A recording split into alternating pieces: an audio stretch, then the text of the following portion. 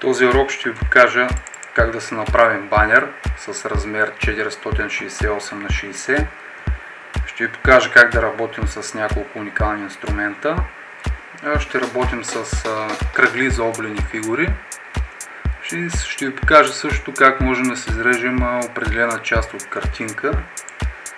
Значи създаваме си документа 468 по 60 и от тук избираме цвета, ето този цвят, даваме OK, след което даваме на Rectangle Tool и правим подобно очертание, нещо че излизаме извън очертанията. Значи тук махаме маркера и следващото нещо, което трябва да направим е да изрежем шейпа с размер 468 на 60. Това ще стане като създадем нов слой, нов layer, празен, като изберем от клавиатурата Ctrl-Shift плюс N. След като вече се покаже следния диалогов прозорец, тук даваме OK, освен ако не искаме да променим името на лайера. Аз ще го оставя така, layer 1, давам OK и имаме създаден празен лайер, след което натискаме Ctrl и задържаме и маркираме двата лайера, двата слоя. И с Ctrl и буквата E от клавиатурата натискаме и се получава сливане на двата лайера. Следващото нещо, което трябва да направим е да изрежем лайера, като дадем на Rectangular Marquee Tool и направим подобно очертание. Всъщност той само се огражда, без да излиза извън линията. И с Ctrl-C копираме и след което с левия бутон на мишката даваме някъде на празно, за да махнем маркера. Вече имаме копиран лайера с размери 468 на 60. Остава да изтрием стария лайер, който вече ни върши работа. Това става от Delete Layer. И с Ctrl и V поставяме вече готовият изрязан лайер.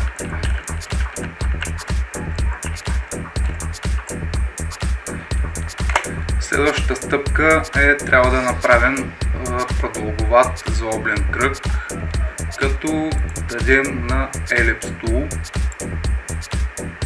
и започваме от тук и разпъваме кръга, ето така, след което махаме маркера и даваме на Color Overlay. Тук задаваме цвят четворки, даваме OK, OK, запазваме настройките, след което даваме на стрелката тук и от стрелките на клавиатурата можем да си издигнем кръга горе и да си го центрираме по ваше усмотрение. Аз ще го оставя ето така. Сега идва ред да изрежем тази част от кръга, която в момента виждаме. Това ще стане по същия начин, като създадем нов лайер, празен. Лайер 2. По същия начин сливаме двата лайера. Ctrl плюс E. И сега даваме на Rectangle Marquee Tool и очертаваме, след което копираме с Ctrl и C, след което махаме маркера и тук вече Layer 2 също не ни трябва. Trim Delete Layer и с Ctrl и V вече поставяме лайера, който всъщност не трябва за целта. С първия кръг вече сме готови. Сега идва ред да направим втори кръг, който ще е в долната част на банера. оставяме отново на Ellipse Tool и ще направим кръга, като почнем от тук. Трябва да изглежда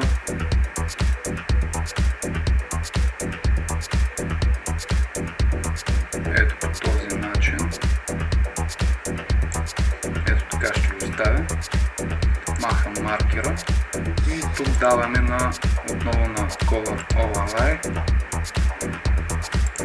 Цвета го задавам шестици. Даваме OK. Запазваме настройките. Всъщност на втория кръг бих му добавил ефекти, като дадем на Bevel and Balls. Първото нещо от Shading ще махнем Use Global Light. Тук в горното поле градусите ще бъдат 90, а в долните градусите ще бъдат 50. Ето така. След което отиваме на ставане на структура и от стил избираме Below and Balls. Ето така. Тук размера ще зададем на 100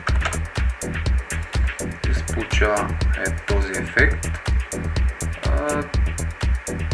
Тук опаци ще го зададем на 70. Ето така.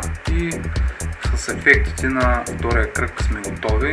Даваме OK, за да запазим настройките.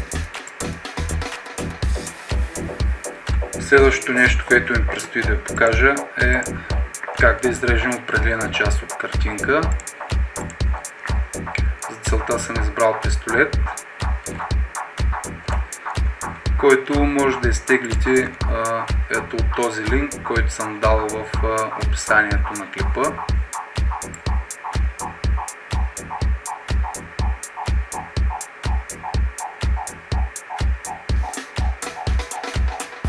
Ето, от тук може да се го изтеглите.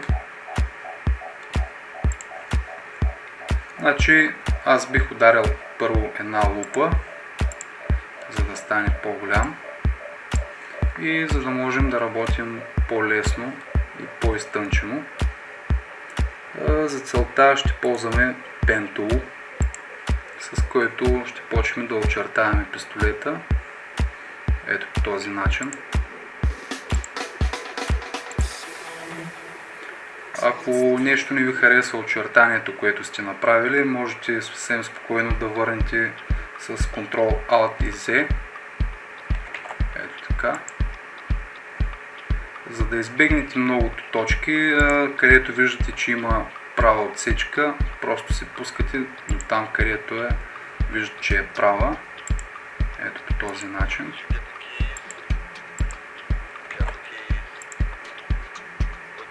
Всъщност аз предпочитам да скъся процедурата, няма да гледате само как се играе с точките, за да очертавам пистолета. Ще ви покажа завършка на очертаването. Ето, приключих вече с очертаването на пистолета. Остава само да съберем двете точки, последната и първата.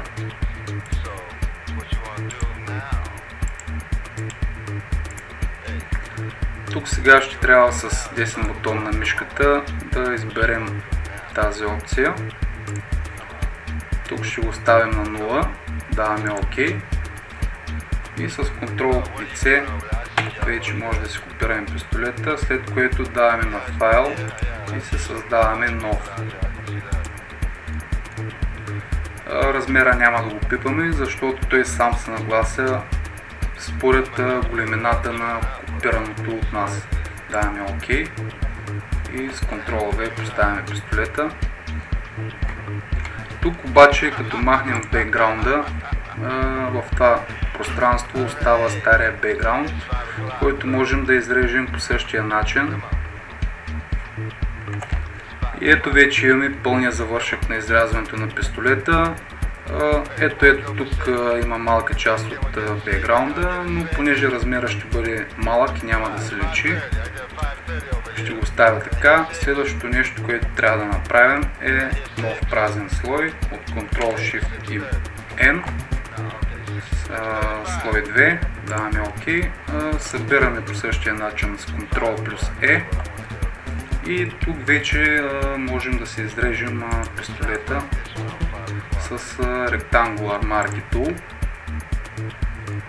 и всъщност не да го изрежем, да намалим размера, след което да го копираме. Затова създаваме този нов празен лайер и го сливаме с пистолета. Тук даваме на падащото меню Image и от тук избираме Image Size. Тази настройка трябва да остане маркирана. Тук в моя случай размерът ще бъде 60. Даваме OK и получаваме размера, който искаме. След което даваме Ctrl-C Copy и тук вече поставяме в самия банер. Аз ще го преместя в дясната част на банера. Ето така. След което предстои да направим дубликат на пистолета, да получим още един пистолет. Ето тази опция, дублиране. Давам OK. И вече с стрелката мога да го преместя от лявата страна. Значи, за да получим ефекта пистолетите да бъдат един срещу друг, дубликата ще го дадем от опцията Edit, Transform и избираме Flip Horizontal. Ето така. И получаваме насочени два пистолета един срещу друг. Като завършек ще направим един текст от Horizontal Type Tool. Очертаването е приблизително толкова голямо. Като цвят на текста съм избрал този. Цвета е като на първия кръг.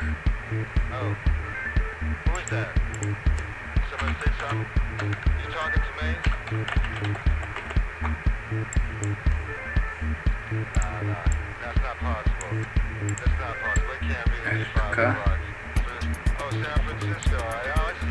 Сега ще добавим ефект. То ще бъде строг. От тук задаваме големината 4. Цвета ще бъде като цвета на първия кръг. Мръсно-бял. Задаваме OK. Също OK. Запазим настройките. Тук вече се го центрираме по-точно. И ако искате да разпънете или пък да приберете текста, това може да стане от Edit, падащо меню, като изберем Transform и от Transform избираме скала. И от ляво може да си го приберем, както и от дясно да го разпънем и да го приберем. По същия начин можем и отдолу нагоре, ето така. И отгоре надолу.